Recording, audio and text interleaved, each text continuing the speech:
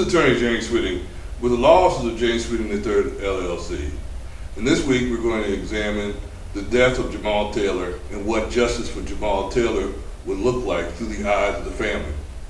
At the law offices of James Sweeting III LLC, we involve ourselves with all aspects of the community, and we try to service the community's needs. We call ourselves the activist attorneys, and we are. And the death and life of Jamaal Taylor is something that should not only be celebrated as far as his life is, but his death, we should all seek the pursuit of justice. So sit back, listen, you'll learn something. Thank you. This is Attorney James Sweeting with the law offices of James Sweeting III LLC. At the beginning, the first thing I just want to do is just introduce you. Who are you, and tell us a little bit about yourself. My name is Mara O'Neill. I'm the mother of Jamaal Taylor, 4 children, who was assassinated by the police September 28th of 2019. Okay, and how did you first learn that Jamaal was assassinated? I was at work. His mother called me multiple times. When I was finally able to answer, his sister told me that he died, and it was on Instagram, it was on the news and stuff. They wanted to tell me before I seen it on the social media. Were they able to warn you before you saw it on the social media? Yeah, they did, because I didn't know what was going on. Okay. Yeah. And ultimately, you saw it on social media? Yeah, I saw it because I needed to see what happened. I wanted to know what was going on, how did he die, and I seen the video. All right. So I was about to ask you, how did that affect you? And as a family member, was social media more of a negative or a positive? At first, I felt it as a negative because I'm like, my children can't see their father dying on a video that everybody's saying. Of course, it was terrible comments and everything. I felt the need to defend him, defend myself, defend our family. But then I see it as a positive now, because the police could say anything, but it's on video for them to see that this is what they did. Since he turned around and shot him down, so it's evidence. To me, it's evidence. It shows what they did without their body cams, or they couldn't get this, or they couldn't get it. So it's a positive for me now. What do you say to the people, I know there were 2 ladies, it was a mother and daughter that actually filmed them. If you could say anything to them, what would you say to them? I would say thank you. I'm grateful for them. I'm grateful that she decided to pull out her phone and show that evidence. So I'm very grateful for them. Now, you mentioned the date, and we know there's a video out there of Jamaal's assassination, but for those people that don't know, what do you understand happened? First, they said he allegedly stabbed 5 people. Then they said he stabbed 3 people. None of them was life-threatening if he did it. And I don't know anything else about it. The FBI and them came to my house and said he was supposed to attack somebody on a train, and they showed me pictures, but that's about it. They didn't show me the video. Did the FBI give you any information about how he got shot, or the police officer that shot him? No. Were they even interested in that at all? No, they just wanted to say that he was a martyr for Islam and paint that picture. They wanted to paint a picture of what justified them to kill him. All right, so where did all that come from? A martyr for Islam? I don't know. I guess they went on his social media through his phone, and he would never do nothing like that. But that's what they was trying to basically get me to say, that he was dangerous and he was a martyr for Islam. Okay, all right. And so, what would justice for Mr. Taylor or for Jamaal, what would that look like? It would be lovely if the police would get convicted, but in America, I doubt that. So they need to take care of my children. They need to pay my children for killing their father, for murdering their father. I gotta hit America where it hurts, and that's their pockets, because that's the only thing they care about.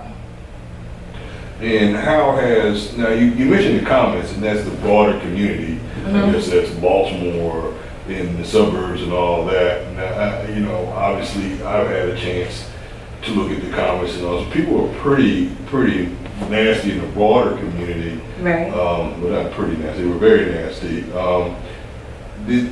How did that impact or affect the family and yourself? I was on there defending. I was on there like fussing with people and everything. Like, that really hurts that you're grieving, then you see this and you're like, you don't know the whole story. You don't know him. It puts you in defense mode. Why do you think people just don't have any sympathy? They just seen him as, I remember when he died on the news, they said their nightmare is over because they killed him. So they just see him as nothing. Like, they just, like, oh, another black man who committed a crime, he got killed. Good riddance. That's how they acted. And that's what was communicated to you and ultimately, I guess, to your children when they see that. Yeah. His children. Yeah. How did the African American community, we talked about Baltimore and we refer to them as community, but how did the community that we refer to, our African American community here in Baltimore nationwide, how have they reacted and responded, or how have we reacted and responded, and how have we reacted and responded? It was mixed.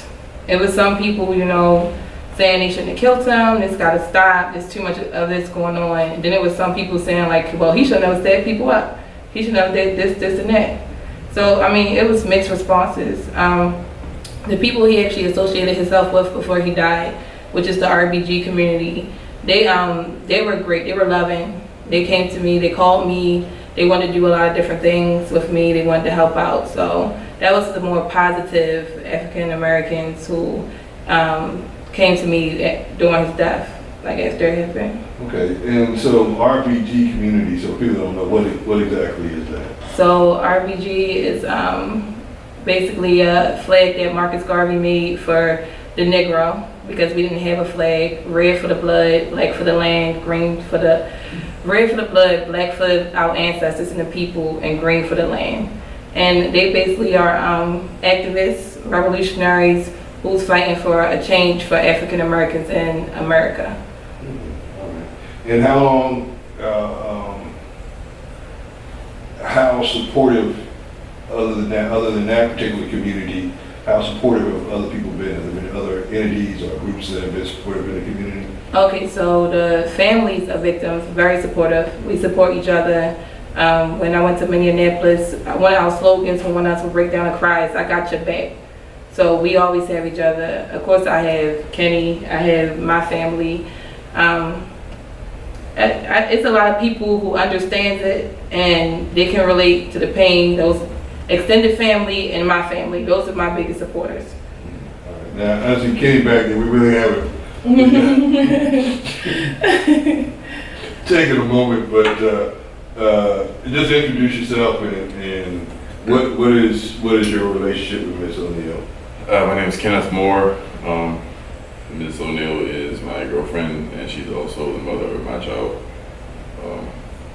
She's had a child with me in 2018. That's when my son was born.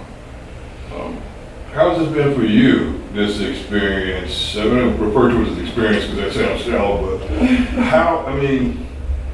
And it actually is some truth to that. I mean, it is like an experience too, because you have your ups and your downs. I'd say that with all that's been going on in the country, especially this year, like as far as like George Floyd and the other people that had lost their lives to police brutality, for that to happen last year, it just hits home a little more. And I think that there shall be justice, at least for his children, because they had their father taken away from them. And to be honest, it could have easily just been a situation where the police just apprehended him, not killing him, Like, I mean, according to America, under the law, we all,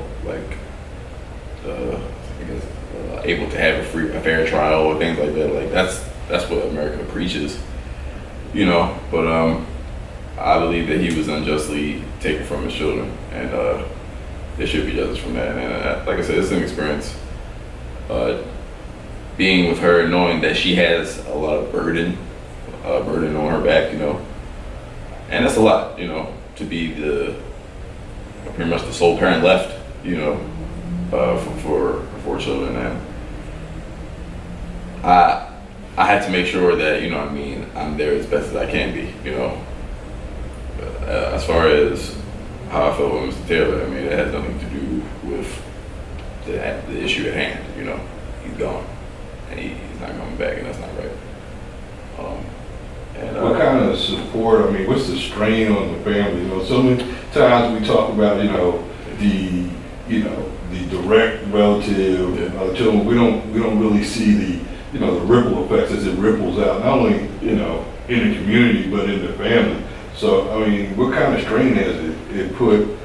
I can also say, I'm not sorry to cut you off, but it also puts a strain on the fact that, I'm also a black man. What happened to him and what happened to so many of fellow black men can happen to me. That also puts a strain on us, because it's like, can't let anything happen to me. You know what I mean? I make sure I move differently. I make sure I move smart, because I have not just my son, but his children as well, who I love as if they're my own. So it, like I said, it's a strain mentally, It's like an emotional burden, but I know that I have to be strong for them. You're obviously a black man in America. You're raising a family, and you jumped into the void of Mr. Taylor's family because of his passing. What is the biggest misconception that you see in America about black men in Baltimore City? That we're all criminals. That we're all we're savages. Like we are less than human beings. And it's a common perception, that's been here for years, and some actions don't help the perception. I'm not saying that we all are angels, but who is? Nobody's perfect. But it just seems that the black man gets picked on more, than what should be. That we have less, like I said, we feel less value than everyone else. It's like, when people say Black Lives Matter, I think they forget the actual spirit of what's being said. It's not saying that only Black Lives Matter, but it's saying that Black Lives Matter as well as everyone else. We should be on par with everyone else. And that's the common misperception, like we're all criminals and stuff like that. Mark, let me ask you a question. Has anybody ever come to you in a position of authority from Baltimore County? And I guess this was a Baltimore County law enforcement incident that shot Mr. Taylor, shot him to death. So has there anybody expressed any condolences, any sympathy, any stretch out any kind of hand to the family of the children? None at all. They just went about their regular lives. Yeah. They don't feel bad for it. Apparently they was doing their job. They felt just in what they did. They took a father from his children and they went on about their lives and went home to their families, their children, their wives, and everybody else that they love, and left a hole in our heart. And left me being Jamal's voice and fighting for him and fighting for my children to get some accountability for his death. One of the things that I kind of debated, and I know now that I'm not going, I have a copy of the video, but I'm certainly not going to put it in this particular video. But could you describe what you understood happened to Jamal? Like, was he running? You mentioned people saying something about him stabbing people. Was he stabbing people when he got shot? No. Was he accosting the police? What is your understanding of what happened? So there were two different videos. The FBI claimed there was no videos of him stabbing the people in the stores. I'm barely not supposed to have videos in their stores, I don't know. But the police did come and they told me that during the first video, he was trying to walk away from them and he was trying to get to the train, I guess, to get away. But they surrounded him. And they surrounded him for like a long time, like probably 30 minutes or so. They never tried to lock him up. They was behind him at one point in time. So for them to do all that and to say that they felt threatened and you were behind them, y'all could have did anything. Y'all could have tried to get him down the ground and stuff. The video I seen where he died, he was actually walking and they were still behind him. And then as soon as he turned around, they shot him to death. Yeah, it was as soon as he turned around. It was like they were trying to funnel him. Yeah. And trying to close him in and trap him to like a specific spot where he ended up being shot. And it was right in the middle of the street. Like, they didn't even care where they were shooting. Because the car that recorded it, she was right there. Like, he probably was a little bit over from her. Yeah, a few feet. And they just shot him. They shot him up. Do the children, all the children, do they kind of understand, or do they have an idea of what's going on, or how? They know that the police killed their father. And I told them it's for alleged crimes. I don't feel they're old enough to know everything, because I don't know everything. I can't go by what they're saying, because they'll say anything to make themselves look good. So I just told them, the police killed your father. They were wrong for doing it. And that's about it. One of them, the oldest, has seen the video. I don't know how, but she ended up saying it and stuff. But me and Jamaal raised our children pretty real. So I'm always real with them. And I let them know what's going on. And I let them know it was for, I did tell them, they said that daddy did something and they killed him, but they were not supposed to kill him. And that's what I told them. They were supposed to let him go to court and stuff and defend himself, and they shot him down. So, they do know that part. And my son, he hates the police. He cannot stand them. He said the ones who killed daddy, they should do something about that. He needs to be punished for killing my daddy. When we go in the store, if he see the police, he don't want to stay there because he's scared they're going to try to kill him. My daughters, they definitely, none of them like him. They don't trust them. And it's sad because if something happened to them, like they was outside and said they need the police, they're not going to trust the police to help them. Because, you killed their father and you got away with it. They don't know what you're going to do to them. So they definitely know what's going on. They know every time I go out and I go do a protest or something, speak, they know mommy fighting for daddy. Even when I come talk to, I come talk to the lawyer, they know I can say, mommy about to go talk to y'all lawyer for daddy. So they know they're pretty smart children. They know what's going on.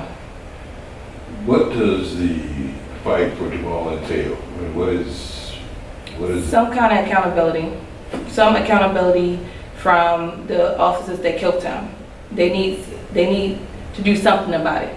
So to me, that's justice. Either paying my children or convicting them. That's justice to me. And it's probably the payout, because that's the most it seems like you could really get, hand them in their pockets.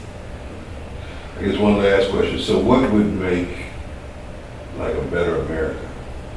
What would make this country better for all people, so that we don't have not only Jamal's, but just rewriting laws to fit everybody, not just the people that were considered humans during the time the law was written. Take away the police immunity. Everybody needs to be held accountable for what they do. A doctor, if he go out and he do his job and he make a mistake and kill somebody or purposely kill somebody, they're going to do something about it.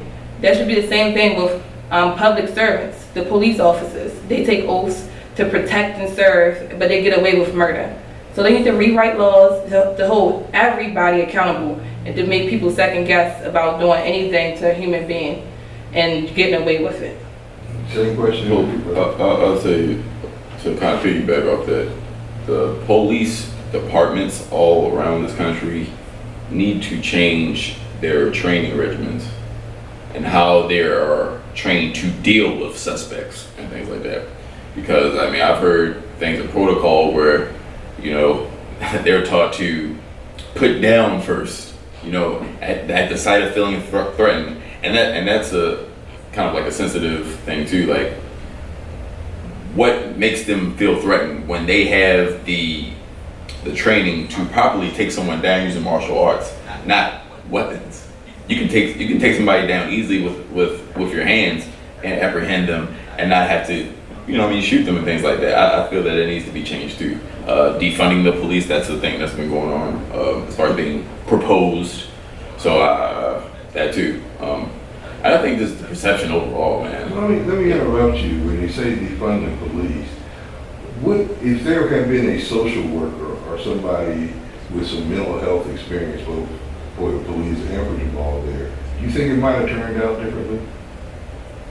I will hope so. I really don't know. The way America's been moving, the way they've been allowing people to just kill, hearing all the different stories, I don't know if that would have helped, honestly. Would they have listened to her, or would they just went on and shot him?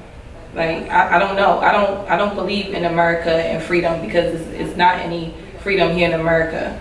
Only certain people get away with things, and certain people be held accountable for their actions. And the police are one of the people who are not held accountable. Well, let me give you one last word. There's one last word you would tell somebody who's watching this video. What would you tell them? I guess to all my people, the brown people, black people that look like me, that we have to keep fighting. We can't sit back and keep letting them kill us, degrade us, just do anything to us and just go home to their families and get away with it. This is not a trend. We can't keep being hashtags. We have to fight. I agree. Yeah, I agree. Couldn't say it any better myself. Well, thank you. Thank you guys so much for coming and sitting in. And then, we're going to keep fighting for justice for Jamaal. And I guess I should have said one last, being a lawyer is always one last time. Yeah. I know that you've been out and meeting people across the country. If somebody, this happened to somebody else, what was the first thing that you would tell them, in the immediacy of the situation? What would you tell them that would be not only a comfort, but for them to deal with the tragedy such as a police killing there? I feel anybody who family is going through this needs to connect with other families who's going through this, because I was devastated that whole week, crying my eyes out. But until I met Tawanda Jones, Tyrone West's sister, who was killed July 18th, 2013, until I met her, when I met her, I felt a peace of mind. Like, she helped me along the way. She understood my pain, and it was an extended family, like a big sister.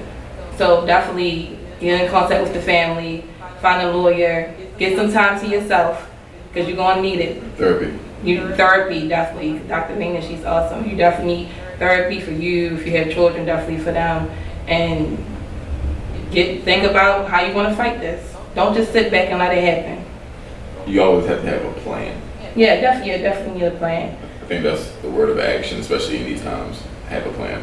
And talk about it, because you don't need to hold it in. Because at this moment, you are their voice.